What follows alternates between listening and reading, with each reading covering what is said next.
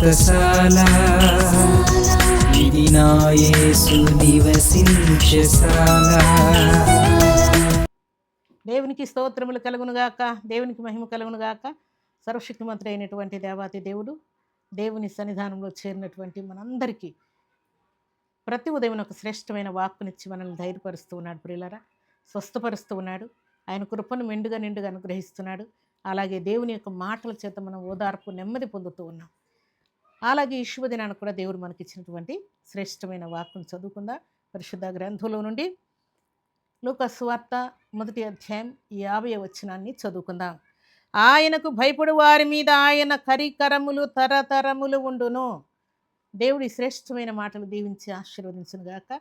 దేవుని సన్నిధిలో చేరినటువంటి దేవుని బిడ్డలమైన మనం లోకంలో ఉన్నటువంటి దుష్టులకు, దుర్మార్గులకు చాలాసార్లు భయపడుతూ ఉంటాం. అలాగే రాజులకు, అధికారులకు భయపడుతూ ఉంటాం. పై అధికారులకు భయపడుతూ ఉంటాం. అలాగే చీకటికి భయపడుతూ ఉంటాం. దురాత్మ శక్తులకు భయపడుతూ ఉంటాం. పాములు, తేళ్లకు భయపడుతూ ఉంటాం. భయంకరమైన రోగం వస్తే భయపడుతూ ఉంటాం.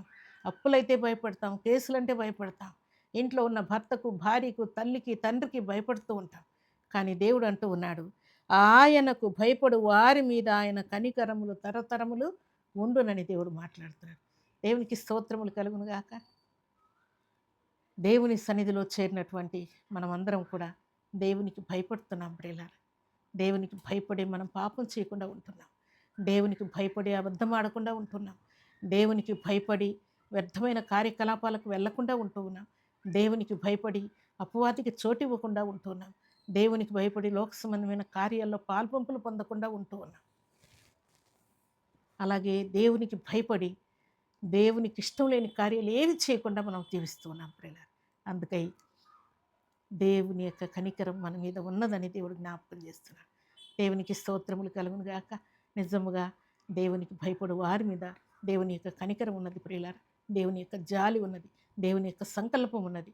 దేవుని యొక్క చిత్తము మన పట్ల నెరవేర్చడానికి దేవుడు సిద్ధంగా ఉన్నాడు. ప్రియులారా, దేవునికి భయపడుతున్నావు కదా. ఇంట్లో ఉన్న దేవునికి భయపడుతున్నావు, బయట ఉన్న దేవునికి భయపడుతున్నావు, కాలేజీలో ఉన్న దేవునికి భయపడుతున్నావు, ఆఫీసులో ఉన్న భయపడుతున్నావు, పొలంలో ఉన్న దేవునికి భయపడుతున్నావు, అలాగే బిజినెస్లో ఉన్న దేవునికి భయపడుతున్నావు. ఏ విషయంలో చూసినా అమ్మో నా దేవుడు నాతో ఉన్నాడు, దేవునికి ఇష్టం లేని ఈ పని, ఈ మాట, ఈ క్రియ నేను చేయలేనని ఎలాగో నువ్వు దేవునికి భయపడుతున్నావు. దాన్ని బట్టి దేవుని యొక్క కనికరములు సమృద్ధిగా నీ మీదికి దిగిరాబోతూ ఉన్నాయి. దేవుని యొక్క కనికరములు నీ మీదికి వచ్చినప్పుడు అలనాడు దేవుని కనికరం పొందినటువంటి వారు కుష్ఠరోగులు, కుంటివారు, గుడ్డివారు, మోగువారు, చనిపోయినటువంటి లాజరు అనేకులు స్వస్థత పొందారు. ప్రియులారా, ఎందుకంటే దేవుని యొక్క కనికరం మన మీదికి వచ్చిందంటే మనం దీవించబడతాం, మనం హెచ్చింపబడతాం, మనం స్వస్థత పొందుతాం, మనం రక్షణ పొందుతాం. దేవుని యొక్క ఆశీర్వాదాలకు మనం అర్హులమైపోతాం. ప్రియులారా, దేవుని సన్నిధిలో చేరినటువంటి మనమందరం కూడా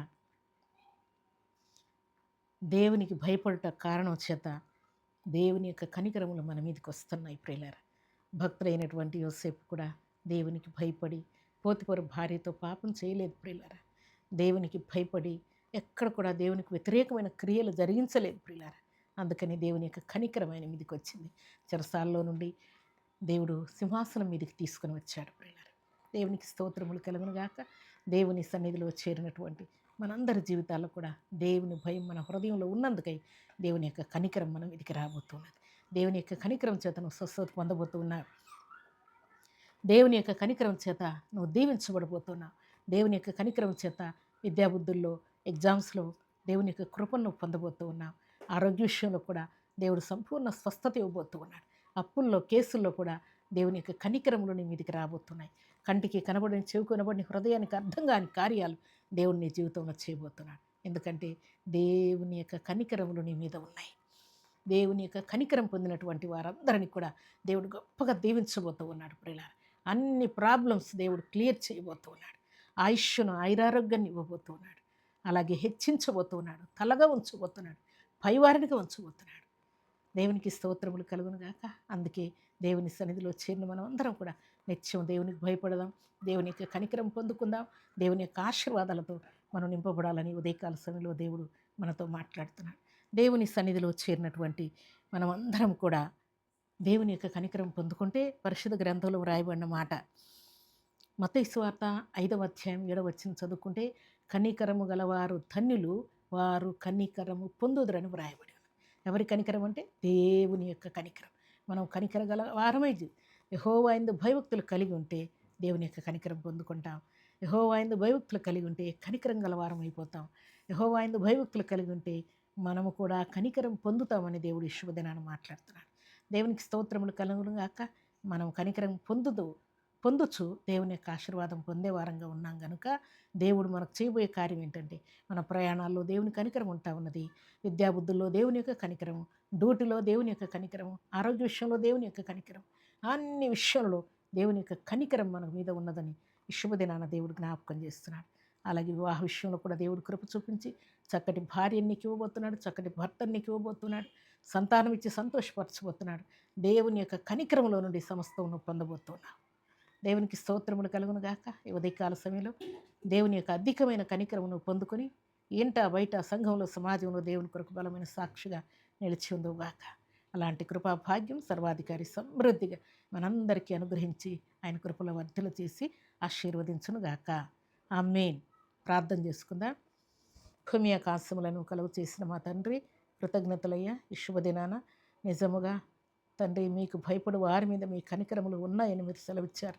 మీకు స్తోత్రాలు, వందనాలు తండ్రి. మీ సన్నిధిలో చేరి మీకు భయపడి లోబడి జీవిస్తున్న వారందరి మీద మీ కనికరం ఉంచినందుకై కీర్తిస్తున్నాను, ఘనపరుస్తున్నాను, హెచ్చిస్తున్నాను, పూజిస్తున్నాను. మీ సన్నిధిలో చేరి మాటలు వినబడాలందరూ కూడా మీ కనికరం పొందుదురుగాక, స్వస్థత పొందుదురుగాక, మీ ఆశీర్వాదంతో నింపబడుదురుగాక.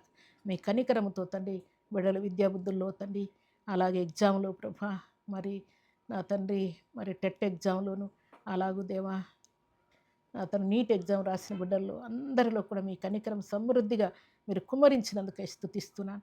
యవన బిడ్డల వివాహాలు సెటిల్ చేసినందుకై స్తుతిస్తున్నాను. సంపూర్ణ ఆయుష్ ఆయురారోగ్యం ఇచ్చినందుకు స్తుతిస్తున్నాను.